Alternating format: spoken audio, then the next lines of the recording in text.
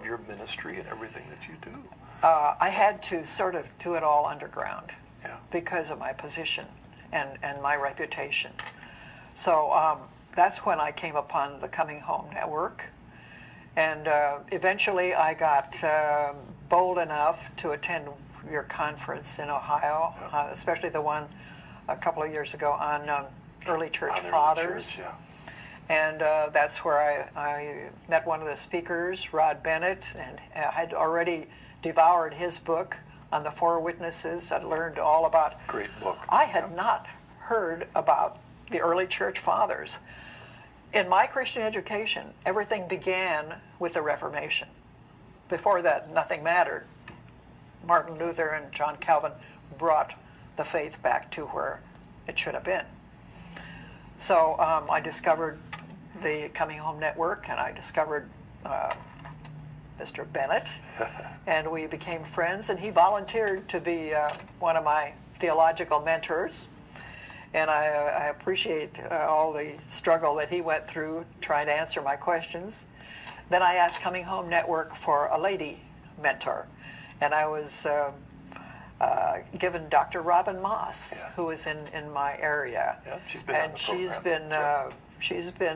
She was my more or less spiritual mentor. Now, the interesting about this thing is, we did all of our they did all of the mentoring of me, all by email. I never met Dr. Moss until she came months and months later to my confirmation. I gave them both a really hard time, both Rod Bennett and Dr. Moss, because I insisted on taking every single dogma and doctrine in order to compare it with the scriptures, to figure it all out, do my own mental comparison. But finally I came to the point where there was truth. Every question I had an answer, a historical, theological, biblical answer. And I got brave enough to enroll in the RCIA course. I could have taken a shortcut and found a priest and just kind of did a short course. But I decided I'm going to go the whole 9 yards. And so I was the oldest one in the class, and I went all 9 months. And all the rest of my questions were answered according to my satisfaction. However, I had to stop looking through Protestant eyes. I had to stop leaning on my own understanding and take the step of faith.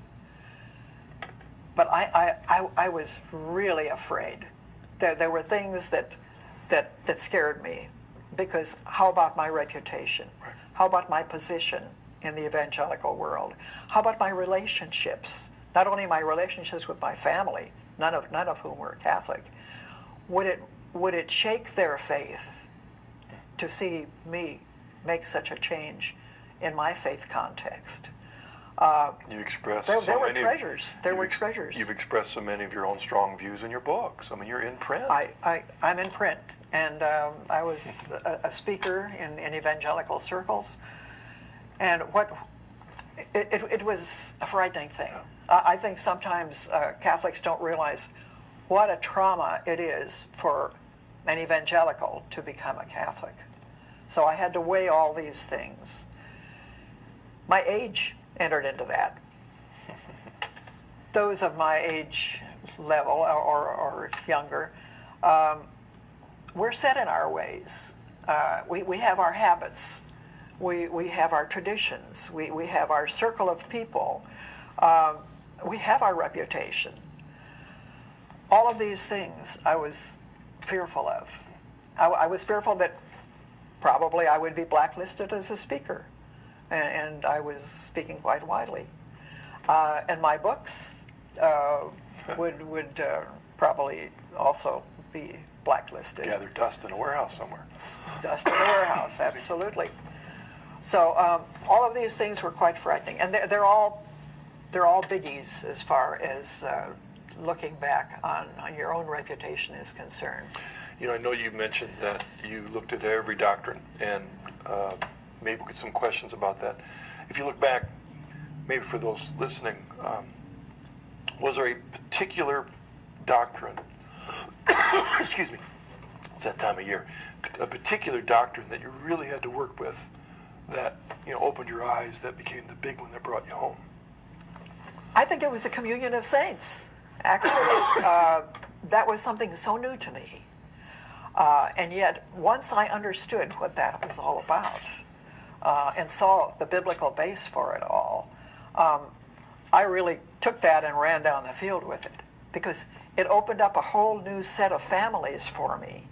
The families of the saints, saints on earth, the live ones, my Catholic friends. I wasn't really sure, as in my growing years, that they were saved and on the way to heaven. But here was the whole new Catholic world for me. And then the world of the family of the saints in heaven. All the names of I'd never heard of most of them, and they have become my friends, and those to whose intercession I look as well.